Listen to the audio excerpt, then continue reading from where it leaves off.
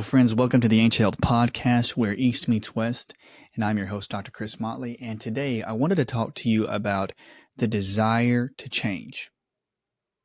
Do you have a desire to change, or do you feel as though you don't have enough energy to change because you physically feel tired?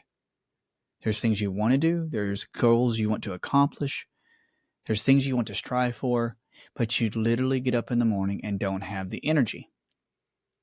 So is there a component within our culture today, like scrolling on our phones or iPads, on our tablets, getting the program on our TVs, just basically whenever we want, we have everything set up to where we can get instant gratification? Does that have an effect on our fatigue and our ability to have change? And the answer is yes. So this podcast, we are going to talk about the desire to change in respect to the natural biochemical pathways that are in our bodies and how that constant immediate gratification through low effort, high dopamine actions or activities. So we're going to correlate that with, yes, the biochemical pathways, and we're also going to talk about how your digestive system is really involved with this.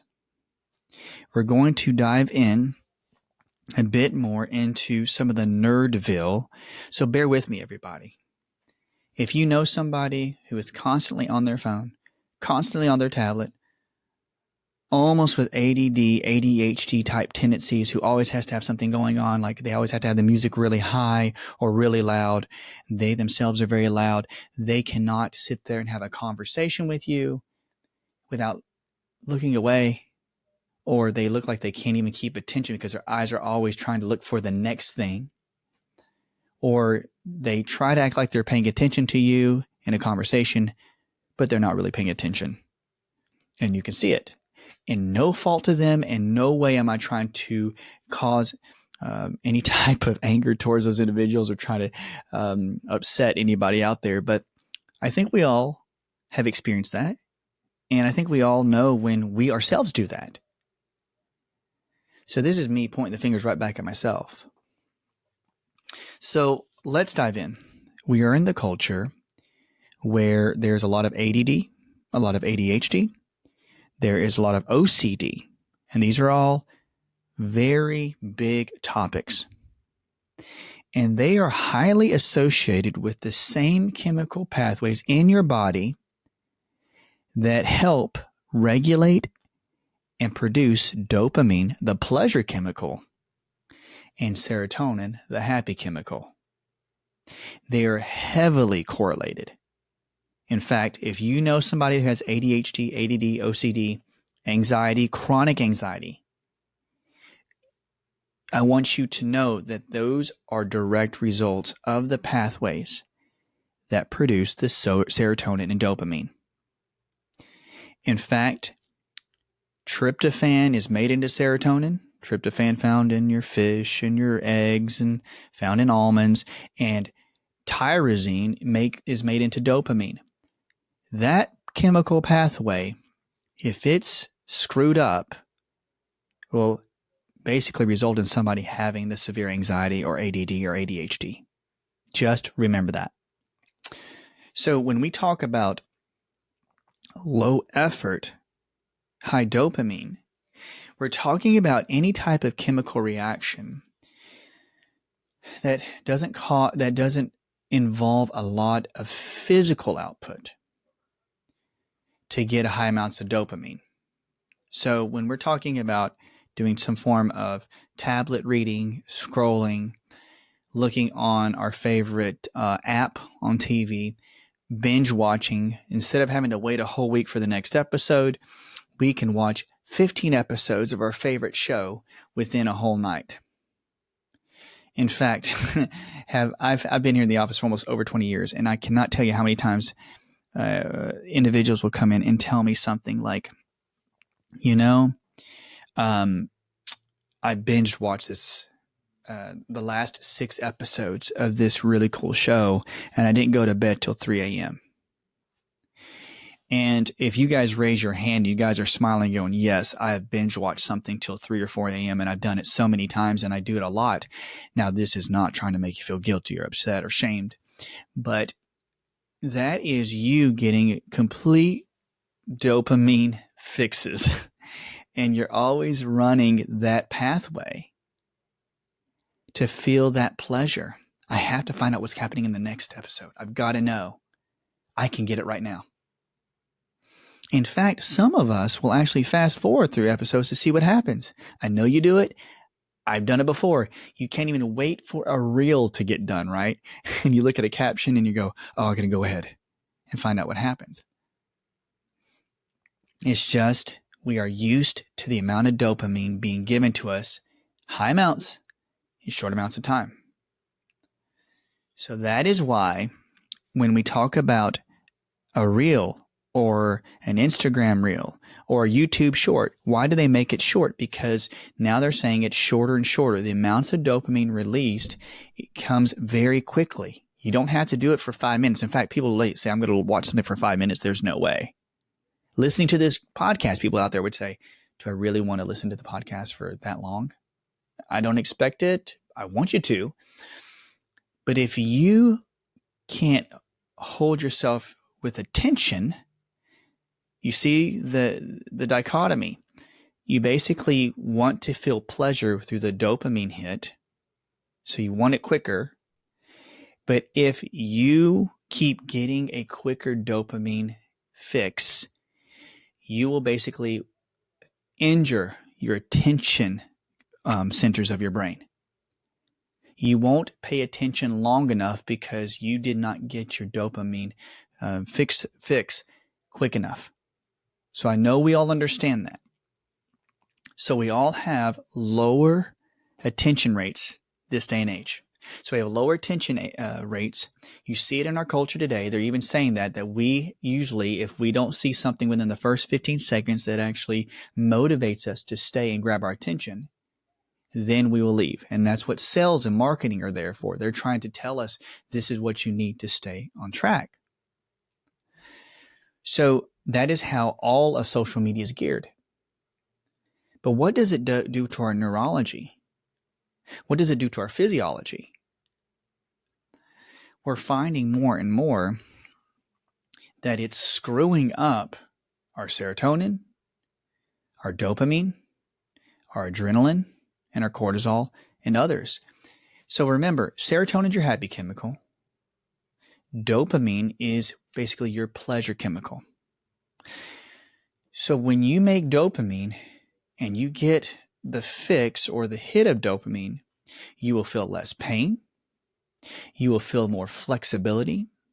You will feel euphoric. You will feel as though you're on top of the world. Now think about that if you were scrolling or kept watching or binge watching and you kept getting a dopamine hit every minute, every 20 minutes. That high amount is starting to be related in biochemistry to those who are basically getting on their motorbike and jumping 40 feet into the air or skydiving or cliff jumping. Those high intensity basically exercises or activities, most people try to build up to that. They build their body to it, but they've shown that that kind of activity, literally like cliff diving or riding a motorbike consecutively, actually builds muscle because they're stressing their adrenal glands at the same time as doing physical activity. So they're building their muscles and they're using this as a good euphoria. In some instances, it's a eustress. Now, there's a difference. If they're putting a lot of effort into it, they could be building their muscles and their body at the same time. So they probably will last longer doing that type of adrenaline junkie type activity than if you were being immobile and you're sitting at your desk or at home or even in your car and you're scrolling. So there's no physical activity or high intensity physical activity give you the high intensity dopamine release. So remember, in neurology, you are trying to correlate and connect the action with the result. So if you have a high intensity input, you desire a high dopamine output, the yin and the yang. So as you're moving in a higher intensity rate, your body will feel pleasure, and it's a reward system. So if you were a soccer player or you're a volleyball player and you put your full effort into it and you're like, oh, I put a lot of work into this, you get dopamine, fully dopamine from that, and at the same time training your body. So you're correlating the connecting pieces. You're seeing the action put together with the result. And that's a really cool thing. Now, if again, you are scrolling or doing something where you don't have to put a lot of physical activity, you are connecting the action of sitting still most of the time and being distracted most of the time. Like if you're sitting at your desk or you're sitting at the mall or if you're talking to somebody and you know that you can go to the regular coffee shop and you'll see every single person in line looking on their phone. Every single person. Or if you ever seen individuals where they'll have somebody talking to them and they're just like looking at their phone, looking up at the person, looking back down, up and down. That's what I'm talking about. The brain knows this. So it correlates low movement, but you're getting higher dopamine release. So your body's getting trained for, I don't have to put high intensity exercise or movement into this. I can still get enough dopamine pleasure. And the companies know this. And that's why they create it that way. No way am I putting them down. They just are very brilliant at social and industrial psychology, if you read about it. So if you're sitting still and you're scrolling, you're not burning a lot of good fat cells. You're not burning calories. You're not burning sugars. You're not burning the starches you've eaten probably in the last couple of hours. You're not burning physically. And you are using calories. Yes, you are, but you're not using them in the way where your brain is getting used to the routine of doing a good physical activity. So you start to crave dopamine in that manner. You're sitting still or you're being distracted, but there's not a lot of movement. Why is that harmful to the body? There's a few pathways. But one of the things I want you to realize is that if you're static and if you're still and you're doing all these motions, movement in the body is, in Chinese medicine, is what brings the qi. And you have to have movement to create better blood flow, better lymph flow, and better digestion. So better lymph flow, better blood flow, and better digestion. So movement is what causes these pathways to basically express themselves. So if you are static and you're doing this with high dopamine output, you'll train your body to basically not move the bowels properly. The lymph gets very swollen internally and inflamed. And you basically will have digestion that is slower, but at the same time producing high dopamine. So we're basically training ourselves to be slower moving, more inflamed,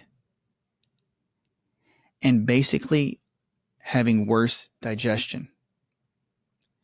Now, if you're doing this to your neurology, I want you guys to remember this. If you have this and you're having pleasure while this is happening, you will start to think that this is okay. Like, I'm fine. This is great. I'm getting my hit while I'm very stagnant. So in Chinese medicine, we start to have stagnant blood and stagnant qi. And now you're seeing higher rates of digestive issues, You're seeing higher rates of leaky gut, higher rates of lymphatic diseases. You're seeing more prevalence of autoimmune and blood inflammatory problems like MCAS, C-reactive proteins, autoimmune diseases. And there's no movement. There's no drive. Stagnant. When you have the desire to change, you have to remember that your brain, your psychology, is going to correlate directly into your physicality. And it's very important in Chinese medicine. If I'm stagnant, if I don't move forward with my body, you know what you'll train your brain to do? Not move forward in life. And you think that I can think of all these ideas. I can think of all these new, developments, but I don't move my body. I don't move my hip flexors. I don't go forward. The more stagnant you are and you don't train your physical body, you will basically train your psychology not to move forward. There is a very good habit of putting your body into the physical activity because you're training that aspect of your body to help heal and train your psychology. So remember that. It's a very important point, guys. So we want to remember, we've got to make sure we're moving. We want to take those low effort, high dopamine activities and change them. I'm not picking on any of us who scroll on our phones. I'm not picking on anybody who binge watches. Please don't think that. But do you see that the problems? Like, I'll get a cup of coffee, and I love a cup of coffee. So everybody out there wants to raise their hand, and who wants a cup of coffee in the morning? I do. But when we talk about a desire, like those small, low effort, activities, like getting a delicious muffin or, something sugary, a good donut or a good cup of coffee, they've been shown to raise dopamine levels, and they're easy. You can do that without lots of movement. When we do this, our bodies respond biochemically to developing dopamine into more adrenaline. So again, when we do these small, low effort activities, they will still give us some of the same outputs as a high intensity workout. So if I was doing motorbiking and I was jumping, I got dopamine, that pathway, dopamine being produced, will turn into noradrenaline, which will then be turned into adrenaline. So the cycle continues to revolve because your activity, your high intensity activity, is making adrenaline. The low intensity, drinking too much coffee, eating a donut too much, scrolling, that dopamine that you've trained your body to release eventually turns into adrenaline as well. So that means that even though I'm not putting in a lot of physical activity, I'm still producing higher amounts of adrenaline. Now, guys, think about this. If you're putting out higher amounts of adrenaline, adrenaline helps you to run from the problem, fight the problem. It helps you to put more energy into your muscles so you can actually run the race, puts more blood into your brain so you can actually have better vision to see your opponent and also to outthink your opponent. That's adrenaline output. So your pathways are like, okay, I'm doing this for pleasure. It's leading into adrenaline. I'm basically creating tons of adrenaline. And this is great because if you get more adrenaline, you get more strength. You can output, you can do some physical activity. But what happens when you're static and you're not moving, where the chi is sludgy and the lymph? If you are doing an activity that's very static, that adrenaline will turn into anxiety, anxiousness. That adrenaline will give you the shakes. It'll give you heart palpitations. It will give you the cold, clammy hands and feet. Do you guys see where I'm going with this? If we don't put movement into it, if we don't put a little bit of a higher effort, that adrenaline builds up. And it turns into those things that cause us alarm. Higher heart rate. Oh, I feel lightheaded. It's too much adrenaline. That's the pathway. Dopamine, noradrenaline, or norepinephrine, and adrenaline, which is also known as epinephrine. So if you're not burning it off properly through physical activity, it could build up and cause those kind of conditions. So we can go into what we call COMT genes and such. I don't want to go through all that, but what I want to do is tell you this. Is describe that if you're getting high amounts of adrenaline, it's going to lead to adrenal exhaustion. Literally by scrolling and doing those things, if you're not getting proper exercise and proper movement in your body, proper nutrition, proper food, that will eventually lead to adrenal burnout. So adrenal glands are continuously making adrenal hormones. You're basically making more adrenaline. You're making more chemicals like cortisol and catecholamines. And your body is literally trying to take all the fuel it can from the food and the things we eat and intake and send it to our adrenal glands to actually produce more of these types of biochemicals. Now, if you keep scrolling and you're not getting the proper movement and getting the proper nutrition, you don't have a good fuel source or base. So the adrenal glands start to get smaller. They start to shrink. They wear out. Hans Selye, he won a Nobel Prize talking about the 4 levels of adrenal dysfunction. You basically have reactive, adapting, exhaustion, and then death.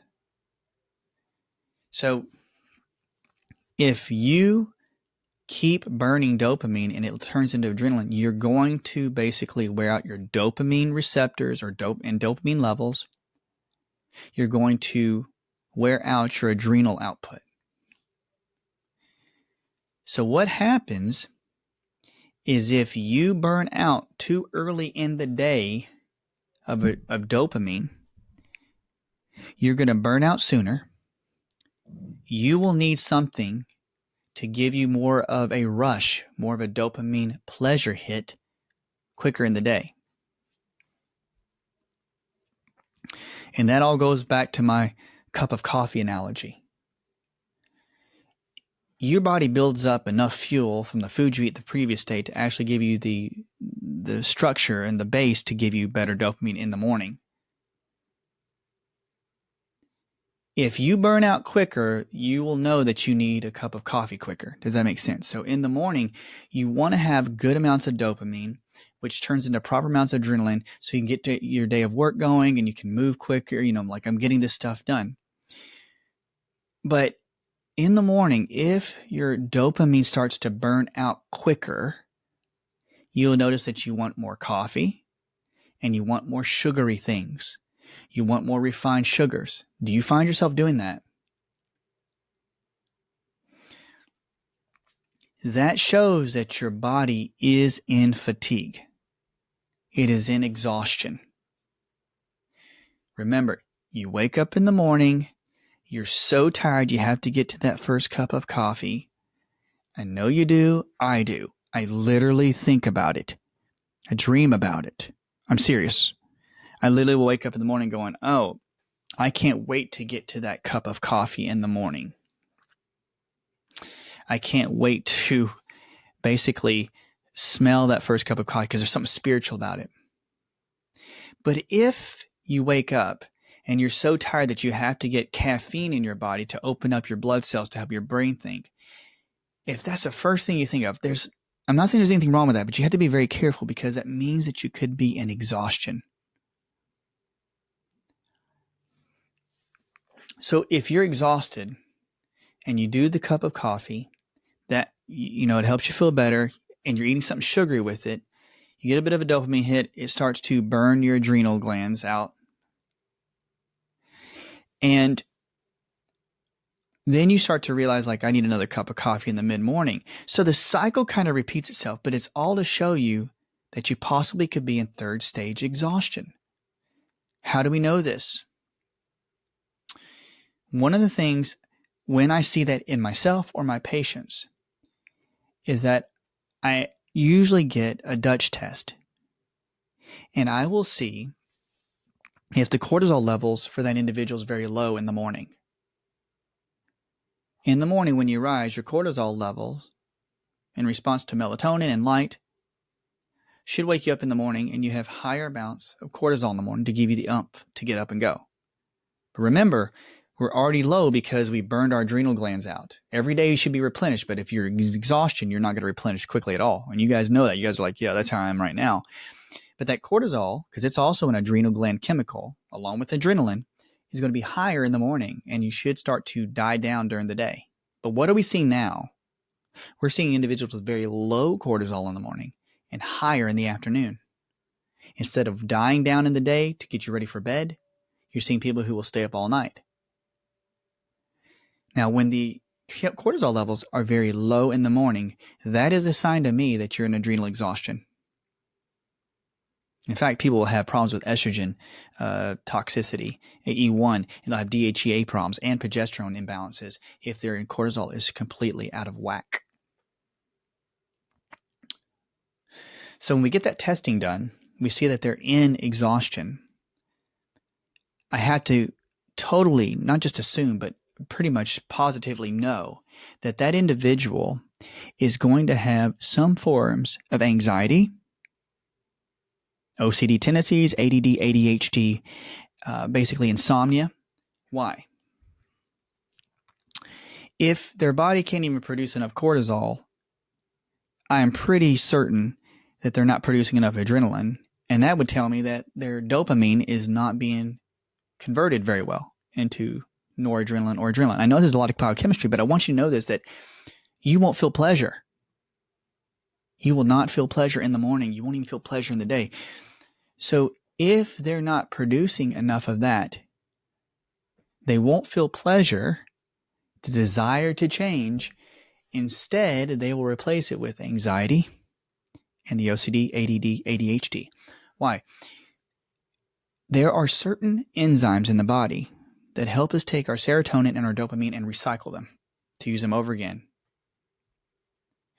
When our bodies burn out of the serotonin and dopamine, when our receptor sites get damaged, that will cause the body to go into these types of reactions. So anytime somebody comes into the office and they'll go, hey doc, I've got, myself or somebody I know has ADD, ADHD. You know what I say to them? I know we have a lot of explanations, like it is emotions, because emotions drive it. I mean, I'm completely on board with that. But the person, the individual, is going to have a problem breaking down tryptophan or tyrosine, those two amino acids, into serotonin or dopamine. They're going to have a problem with that. This is a pathway. Anytime they say, can you help that? We make it so complicated in our world today. It's like, oh, they have anxiety. Yes, there's chemicals, there's infections, there's toxins, there's Lyme disease, or parasites that do it, because that's a lot of integration. But if they have anxiety, this is the pathway. Look at the TPH and the TH, the tryptophan and tyrosine hydroxylase. Look at those pathways and put it in your notes. Put in, there's another one called the DDC. It's a vitamin D receptor. I will tell my people in the show notes I'm going to show you that the TPH, the TH, the DDC, these are genes that help us break down our food into these proper chemicals.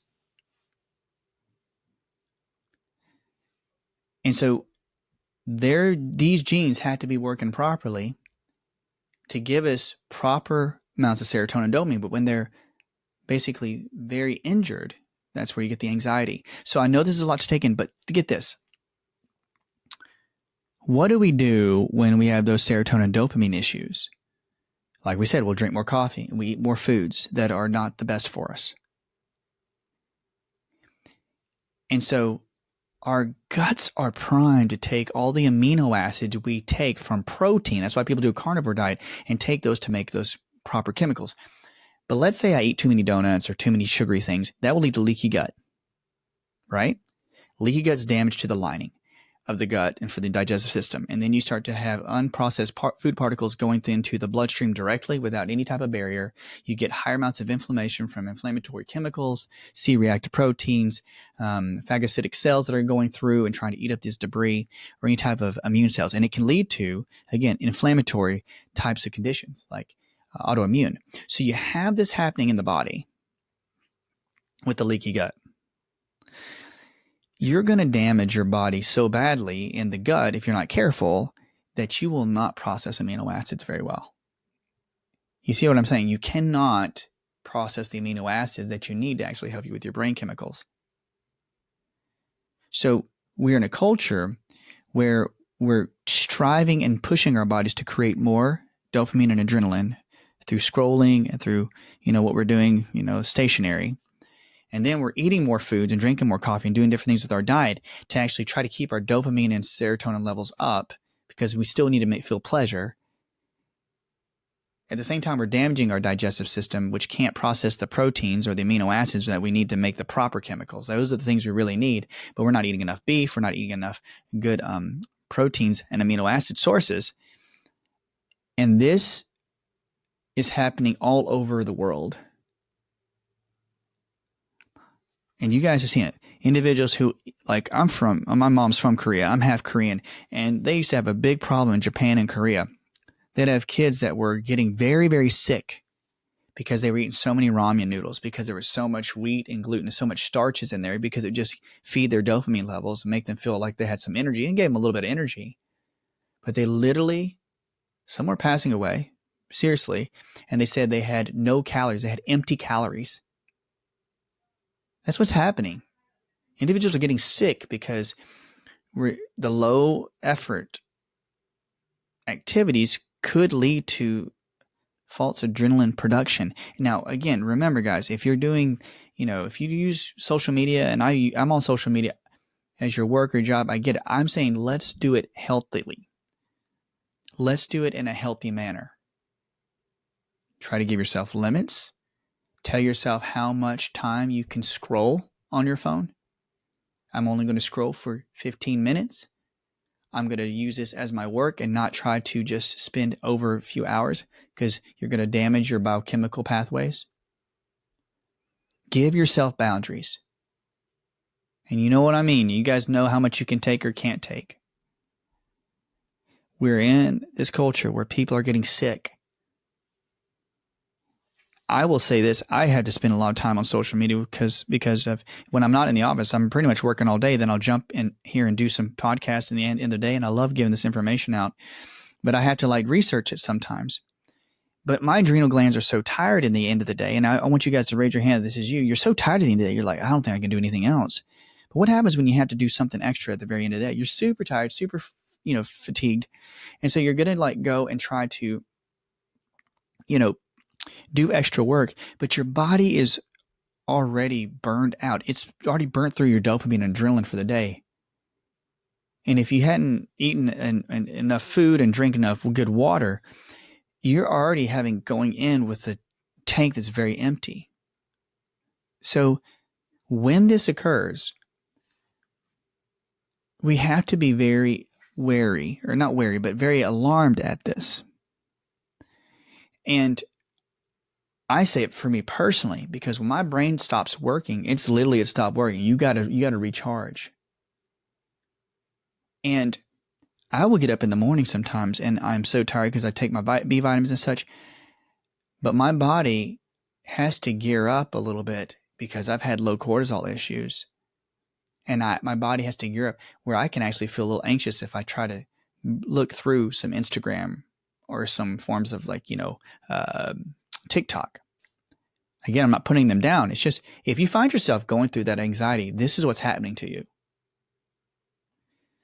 So what happens if you need that coffee the first thing in the morning, a cup of coffee just to get going?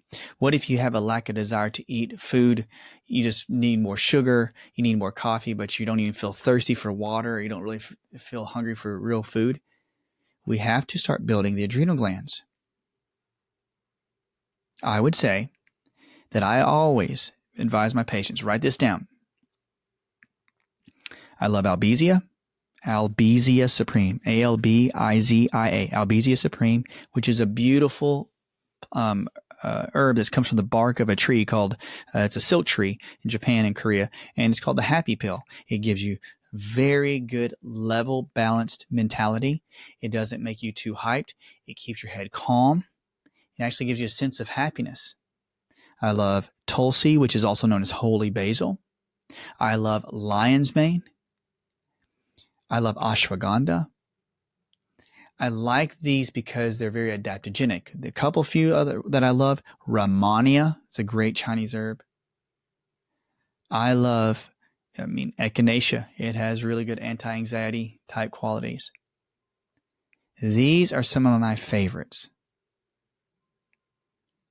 Ashwagandha, Rehmannia, Echinacea, holy basil or Tulsi, lion's mane, or albizia.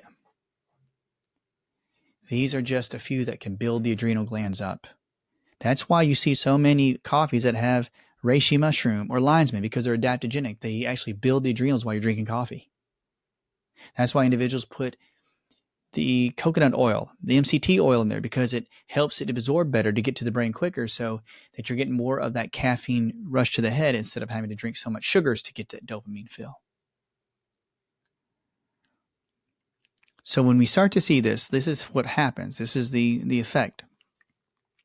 And again, this is not to, make anybody feel ashamed or unhappy. I'm just saying I want you guys to be healthy. We need to start putting more high intensity activities in there if we're going to get more adrenaline out of it. We got to burn off the adrenaline properly, and we need to eat better with good good whole organic foods that are non-GMO, reduce all the refined sugars, all the sugars in a high sugar diet, get more proteins as possible. And, for some individuals, eat more greens that you need. I like low inflammatory diets. I love high protein food. But there are certain diets that we all eat, but we just need to eat a whole, healthy, more balanced meals. Drink plenty of water. Take your vitamins and minerals that you need.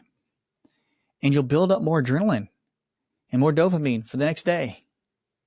Stop burning yourself out. You don't need to be staying up past 9 o'clock, 10 o'clock doing things on your phone. Why? Because in the Chinese medicine world, that is a time, it's going into the fire time. It's there to rebuild the adrenal glands and the testes and the ovaries. It's there to rebuild those organs, those fire organs, to get you ready for the next day. Don't rob those organs of energy if you're doing stuff like scrolling on your phone. That will take energy away. It'll make you have anxiety.